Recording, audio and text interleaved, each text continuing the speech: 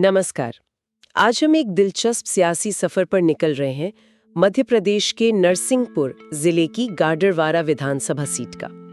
हमारे पास एक लेख है, गाडरवारा के बदलती राजनीतिक दिशा, जिसके कुछ हिस्सों पर हम बात करेंगे।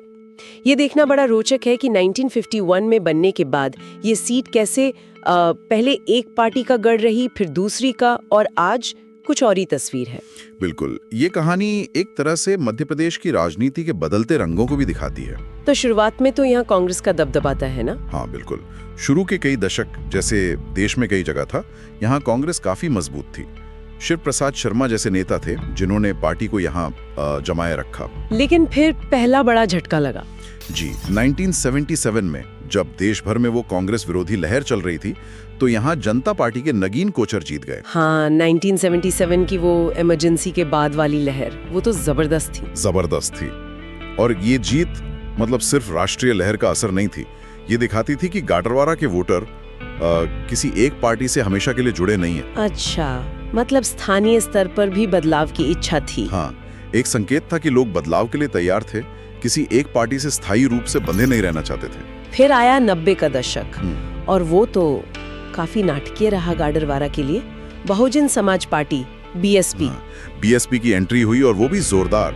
दौराम रत्नाकर वो 1990 में जीते और फिर 1998 में भी। ये बहुत अहम है ना, बीएसपी का इस क्षेत्र में जीतना बहुत ज्यादा अहम, क्योंकि ये वो समय था जब उत्तर भारत में आप कह सकते हैं दलित और पिछड़ी जातियों की राजनीतिक आवाज वो बुलंद हो रही थी। पहचान की राजनीति। बिल्कुल, जाति आधारित राजनीति और पहचान का उभार। गाडरवारा में बीएसपी की जीत उसी बड़ी तस्वीर का हिस्सा थी, उसी ट्रेंड को दर्शाती थी। लेकिन ये सिलसिला भी लगातार नहीं चला, बीच में कांग्रेस ने वापसी की। सही कहा, 1993 में कांग्रेस के दीनदयाल ढिमोले जीत गए थे, तो उतार चढ़ाव बना रहा। और फिर 2000 के बाद भारतीय जनता पार्टी बीजेपी जी एक बड़ी ताकत के तौर पर उभरी। जी हाँ, 2003 का साल अहम था।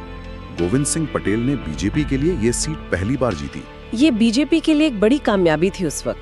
बिल्कुल, ये सिर्फ एक चुनावी जीत नहीं थी, ये मध्य प्रदेश में बीजेपी का जो सांगठनिक ढांचा मजबूत हो रहा था, हाँ, और जमीनी स्तर पर उनके जो अभियान थे, खासकर गाडरवारा जैसे अर्ध शहरी और ग्रामीण इलाकों में, उसका नतीजा था। हालांकि 2008 में कांग्रेस फिर लौटी, साधना स्थापक जीती। हाँ, कांग्रेस ने वापसी की, लेकिन वो छोटी अवधि के लिए थी, क्योंकि 2013 में गोविंद सिंह पटेल फिर से जीत गए, और इस बार निर्णायक जीत थी। तो बीजेपी ने अपनी जगह पक्की कर ली थी। लेकिन फिर आया 2018। हाँ, 2018 ने फिर सबको चौंका दिया। कांग्रेस की सुनीता पटेल ने बीजेपी के गौतम सिंह पटेल को हरा दिया, और वो भी करीब 15,000 वोटों से। जी, ये नतीजा काफी अप्रत्याशित था। इसने कांग्रेस में एक नई जान फूकी थी, और महिला प्रतिनिधित्व के लिहाज से भी अच्छा था। लेकिन ये खुशी भी ज्यादा दिन नहीं टिकी, क्योंकि 2023 के चुनाव आए और उन्होंने तो सारे पुराने रिकॉर्ड और समीकरण सब बदल दिए। हाँ, 2023 तो एक तरह से लैंडमार्क चुनाव बन गया गाडरवारा के लिए। बीजेपी के एक बहुत बड़े नेता उदय प्रताप सिंह जी, जो नर्मदापुरम से 3 बार के सांसद रह चुके थे, वो विधानसभा चुनाव लड़े यहाँ से, और जीते भी तो कैसे, लगभग 56,539 वोटों का अंतर। ये तो बहुत बड़ा मार्जिन है। बहुत बड़ा, इस सीट के हिसाब से तो शायद रिकॉर्ड ही है। उदय प्रताप सिंह की अपनी लोकप्रियता, उनका जो राजनीतिक अनुभव था, और बीजेपी का जो जबरदस्त प्रचार अभियान चला, हाँ, उसने हवा पूरी तरह से बीजेपी के पक्ष में कर दी। ये सिर्फ पार्टी की जीत नहीं थी, ये एक मजबूत कद्दावर चेहरे की भी जीत थी। और बाद में उन्हें मंत्री भी बनाया गया। जी, मध्य प्रदेश सरकार में परिवहन और स्कूली शिक्षा मंत्री।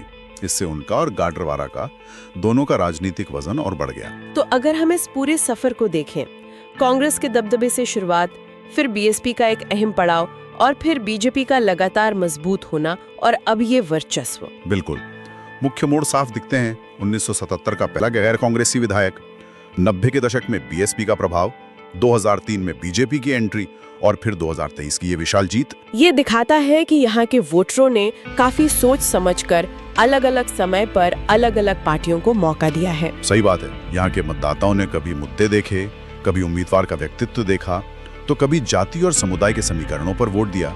किसी एक खांचे में फिट नहीं होते ये। तो एक तरह से गाडरवारा ग्रामीण मध्य प्रदेश के राजनीतिक मूड का बैरोमीटर जैसा है। हाँ, कह सकते हैं। यहाँ परंपरा भी है, पहचान की राजनीति भी है, नेतृत्व का असर भी है, और विकास की उम्मीदें भी। इन सबका मिश्रण चुनावी नतीजों में झलकता है। ये वाकई एक दिलचस्प तस्वीर है। और ये हमें सोचने पे भी मजबूर करता है कि गाडरवारा का जो ये लगातार बदलता राजनीतिक इतिहास रहा है और जिस तरह यहाँ पहचान, विकास, नेतृत्व जैसे कई फैक्टर काम करते हैं, तो आज भले ही बीजेपी का दबदबा दिख रहा हो, पर भविष्य में कौन से ऐसे स्थानीय मुद्दे या लोगों की आकांक्षाएं हो सकती हैं जो यहाँ अगले बड़े राजनीतिक बदलाव का कारण बन जाएं, ये सवाल बना रहता है।